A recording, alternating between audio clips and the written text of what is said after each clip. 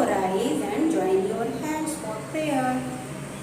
या कुंदे तुषार हार धवला या शुभ्रवस्त्रावृता या वीणावरदण्डमण्डितकरा या श्वेतपद्मासना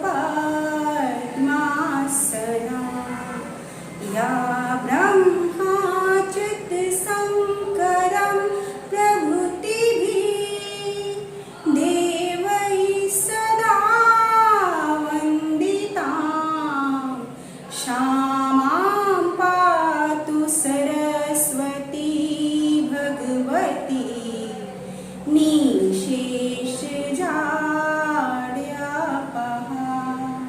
निःशेषजाड्यापहा। Open your eyes. बच्चों, आज हम पढ़ेंगे पाठ 2 चालाक गीदड़। ठीक है, ये एक कहानी है, तो चलिए आप भी मेरे साथ कहानी पढ़िए और समझिए। ठीक है। एक बूढ़ा और कमज़ोर शेर बहुत दिनों से भूखा था। एक शेर था जो बहुत ही बूढ़ा और कमज़ोर था। वो बहुत दिनों से भूखा था। शिकार की तलाश में वह इधर उधर भटक रहा था, परंतु उसे कहीं कुछ खाने को नहीं मिल रहा था। वो शिकार की तलाश में, शेर क्या करते हैं, दूसरे जानवरों का शिकार करते हैं, दूसरे जानवरों को मारकर खाते हैं। तो उसे बहुत दिनों से शिकार नहीं मिल रही थी। वो इधर उधर भटक रहा था कि कहीं से उसे कुछ खाने को मिल जाए। ठीक है। वह शिकार करने में भी असमर्थ था। वो बूढ़ा हो गया था, इसलिए वो शिकार करने में असमर्थ था। भूख से परेशान बहुत से बूढ़े शेर को भटकते भटकते अचानक एक गुफा नजर आई। शेर को बहुत ही भूख लगी थी, इसलिए वो शिकार की तलाश में इधर उधर भटक रहा था और वो बूढ़े होने के कारण थक भी गया था। हाँ, शिकार करते करते तो वो भूख से परेशान था, इसलिए वो बूढ़ा शेर भटकते भटकते अचानक उसे एक गुफा नज़र आई। ठीक है।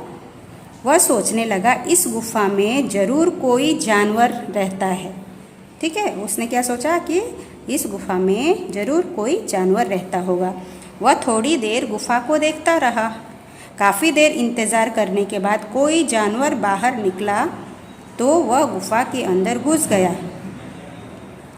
अभी काफ़ी देर उसने इंतज़ार किया, उसके बाद उसमें से कोई भी जानवर बाहर नहीं निकला तो वो क्या किया, वो गुफा के अंदर घुस गया और अपने शिकार का इंतज़ार करने लगा।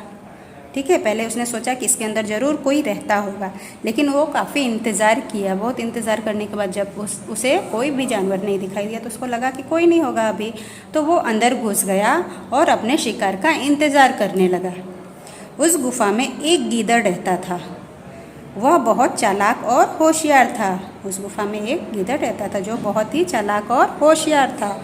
थोड़ी देर में वह अपनी गुफा में वापस लौटा। ठीक है। थोड़ी देर जब हो गई तो वो वापस अपनी गुफा में आया। गुफा के पास उसे किसी के पैरों के निशान दिखे। वो शेर उधर अंदर गया था ना, तो जब वो गुफा में वापस लौटा गीदड़, तो उसने पैरों के निशान देखे। उसने उन निशानों को ध्यान से देखा।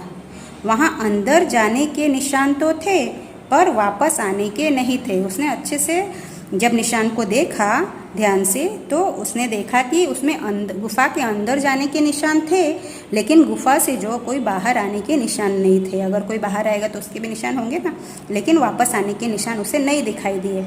ये किसी बड़े जानवर के पैरों के निशान थे। उसने सोचा कि ये बहुत ही बड़े जानवर के पैरों के निशान हैं। ठीक है। एकदम अंदर घुसना तो उसे ठीक नहीं लगा। एकदम से अंदर घुसना उसे ठीक नहीं लगा। उसने सोचा कि पता लगाने के लिए थोड़ी अपनी बुद्धि लगानी चाहिए। उसने सोचा कि इसके अंदर कौन सा जानवर है, ये पता लगाने के लिए अपनी बुद्धि लगानी चाहिए। चालाक गीदड़ ने थोड़ा विचार किया और फिर ऊंची आवाज़ में पुकारा, गुफा, ओ मेरी गुफा, मैं अंदर आ जाऊं? आवाज़ लगाकर वह चुपचाप बैठा रहा। उसने गुफा को आवाज़ लगाया कि गुफा, ओ मेरी गुफा, मैं अंदर आ जाऊं क्या? और आवाज़ लगाकर वो चुपचाप से बैठ गया। गुफा के अंदर से कोई आवाज़ नहीं आई। गीदड़ फिर बोला, तू तो हमेशा मेरा स्वागत करती है, मुझे बुलाती है, आज तो तू मुझे बुला भी नहीं रही, बोलती भी नहीं है, आज नहीं बुलाना?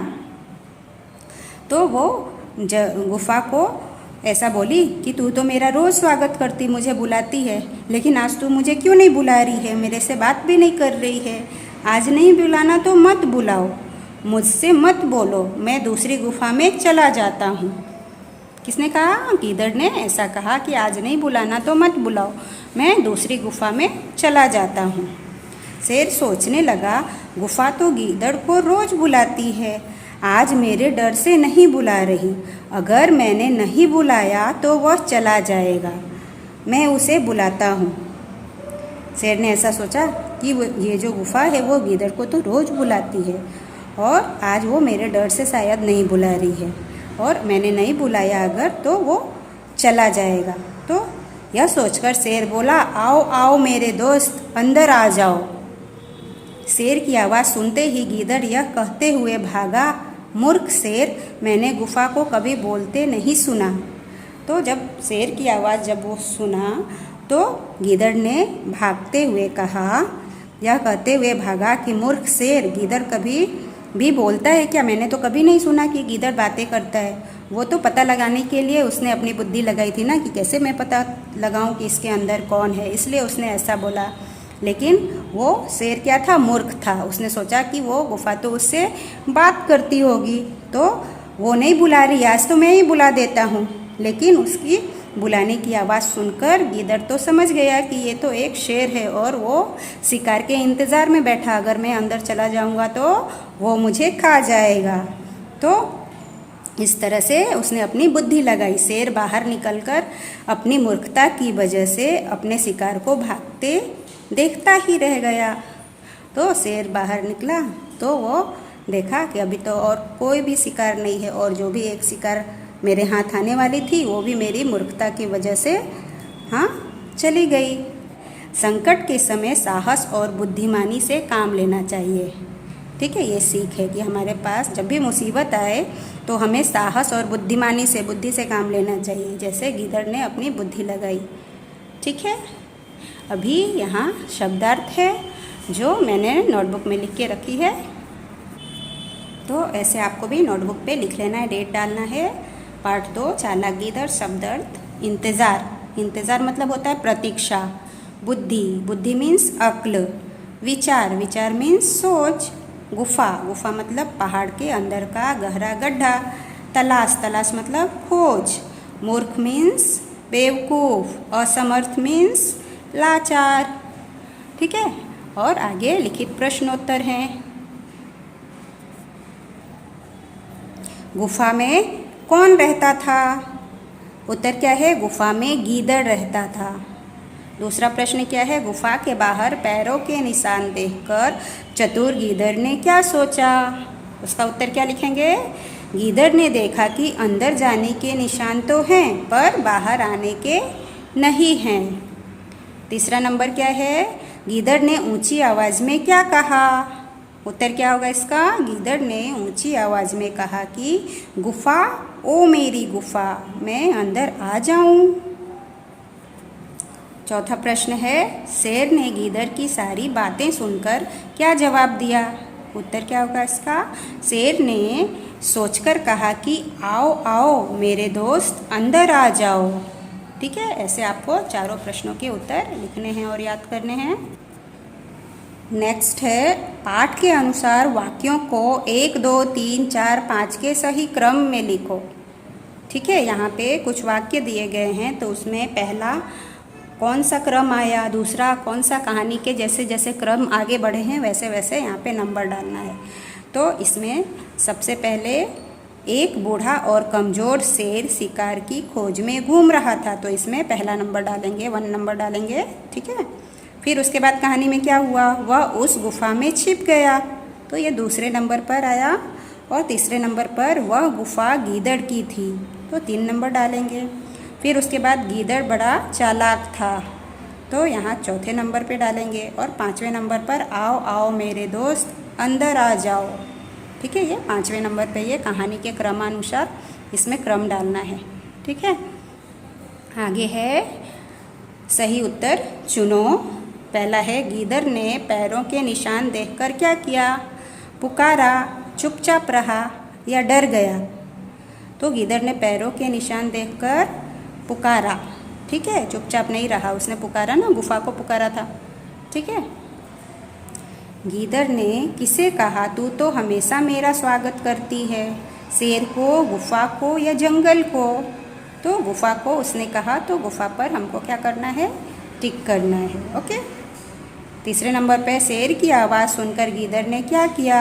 पहले नंबर पे है चिल्लाने लगा, भाग गया, खुश हुआ। तो शेर की आवाज़ सुनकर गीदड़ ने क्या किया था? हाँ, भाग गया ना, तो भाग गया पे टिक लगाएंगे। आगे है आ की मात्रा, ई की मात्रा और ऊ की मात्रा वाले शब्द पाठ से खोजकर लिखो। ठीक है, अभी यहाँ पे देखेंगे ये जो पाठ है हमारा चालाक गीदड़, उसमें से ही आपको ढूंढना है जानवर। ये आ की मात्रा है।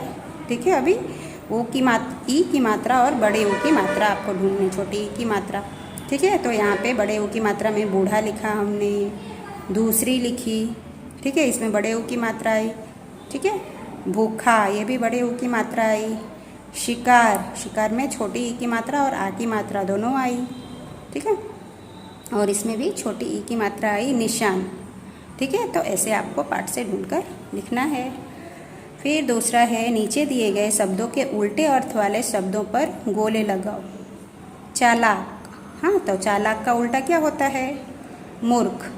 ठीक है, तो मूर्ख पर गोले लगे हुए हैं ना, तो वैसे ही तीन तीन शब्द दिए गए हैं, जो उसका उचित उत्तर है उस पर आपको गोले लगाने हैं। सुंदर, सुंदर का उल्टा क्या होता है? जैसे इंग्लिश में आप लोग अपोजिट पढ़ते हैं ना, वैसे हिंदी में उल्टे अर्थ वाले शब्द होते हैं। तो सुंदर का उल्टा होता है बदसूरत, तो बदसूरत पे आपको गोले लगाने हैं। ठीक है, आगे, आगे का उल्टा क्या होता है? पीछे। ठीक है, पिछला, पिछला नहीं होता, अगला रहेगा तो पिछला होगा। ठीक है, लेकिन आगे है तो पीछे। ठीक है, आदर, आदर का क्या होगा? सत्कार, स्वागत, निरादर। ठीक है, तो आदर का उल्टा होगा निरादर, तो निरादर पे आपको गोले लगाने हैं। तीसरे नंबर पे है दिए गए शब्दों के अनेक संख्या वाले शब्द लिखो। जैसे मेज, अनेक संख्या, यानी मेज से जब अनेक मेज होगी तो क्या बोलेंगे उसको? मेजें। एक केला रहेगा तो क्या बोलेंगे? केला। और बहुत सारे केले रहेंगे तो क्या बोलेंगे? केले। छिलका, एक छिलका रहेगा तो छिलका, और बहुत सारे छिलके रहेंगे तो छिलके। आगे देखिए, कपड़ा, कपड़े। ठीक है, बहुत सारे कपड़े रहेंगे तो कपड़े बोलेंगे। ठीक है, किताब, एक किताब रहेगा तो किताब, और बहुत सारे रहेंगे तो किताबें। बकरी, बकरी जब ज़्यादा होंगी तो बकरियाँ। ओके, तो ऐसे हम लोग अनेक संख्या वाले शब्द बनाएंगे। ओके, आगे है नीचे लिखे शब्दों का प्रयोग करते हुए वाक्य पूरे करो। ठीक है, यहाँ पे बहुत सारे शब्द लिखे हुए हैं, बहन, दूसरी, भाई, बड़ा। ठीक है, अभी इनको इसमें प्रयोग करना है आपको। मेरा नाम अंश है। डिम्पल मेरी, क्या आएगा वहाँ पे? डिम्पल तो भाई नहीं हो सकते, बड़ा भी नहीं हो सकता है, दूसरी भी नहीं हो सकते, तो डिम्पल मेरी बहन है। ठीक है, राजन मेरा भाई है, मैं दूसरी कक्षा में पढ़ता हूँ। रोहित मेरा बड़ा भाई है। तो ऐसे आपको ये सारे यहाँ पे फिल करने हैं। आगे है स्व से शुरू होने वाले कुछ शब्द लिखो। जैसे स्वतंत्र, स्वयं, स्वागत, स्वस्थ, स्वाद, स्वामी। तो ये स्व से शुरू होने वाले शब्द हैं। देखिए, सब में स्व आया पहले, तो ऐसे ये शब्द आपको लिखने हैं। कला कौशल, कला कौशल में देखिए क्या है? चित्र में जानवरों के मुंह आपस में बदल गए हैं। चित्र में जानवरों के मुंह आपस में अदल बदल गए हैं। अगर सिकंदर बनना चाहते हो तो उन्हें उनके शरीर से पहचानो और उन जानवरों के नाम लिखो। अभी जो मुंह है ना, वो बदल दिए गए हैं आपस में। हाँ, तो आपको उनके शरीर से पहचानना है, मुंह से नहीं पहचानना है।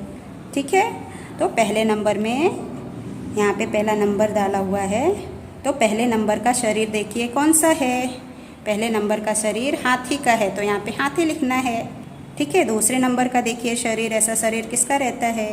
जेब्रा का। ठीक है, ऐसे लाइन रहती है, धारियाँ रहती है ना, तो जेब्रा। ठीक है। तीसरा नंबर कहाँ लिखा हुआ है? ये तीसरा है। ठीक है, यहाँ 3 नंबर दिया हुआ है ना। 3 नंबर किसका शरीर है? भालू, तो यहाँ पे भालू लिखेंगे। 4 नंबर देखिए, 4 नंबर में कौन सा है?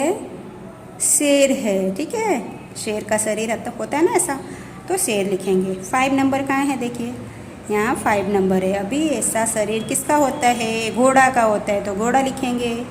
अभी यहाँ पे देखिए ऐसा शरीर 6 नंबर कहाँ है? ये देखिए, ये 6 नंबर शरीर कैसा है? ये किसका होता है? बंदर का, तो यहाँ बंदर लिखे। 7 नंबर देखिए, 7 नंबर का शरीर कैसा है? चीता का है, तो चीता लिखेंगे। 8 नंबर का पिक्चर देखिए, 8 नंबर ये किसका है? बकरी का है शरीर। ठीक है, तो यहाँ पे बकरी लिखेंगे। तो ऐसे आपको शरीर से पहचानने और जानवरों के नाम लिखने हैं।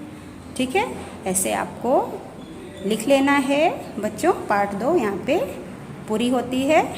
आपको इसे नोटबुक पर और टेक्स्ट बुक पर लिखना है और याद करना है।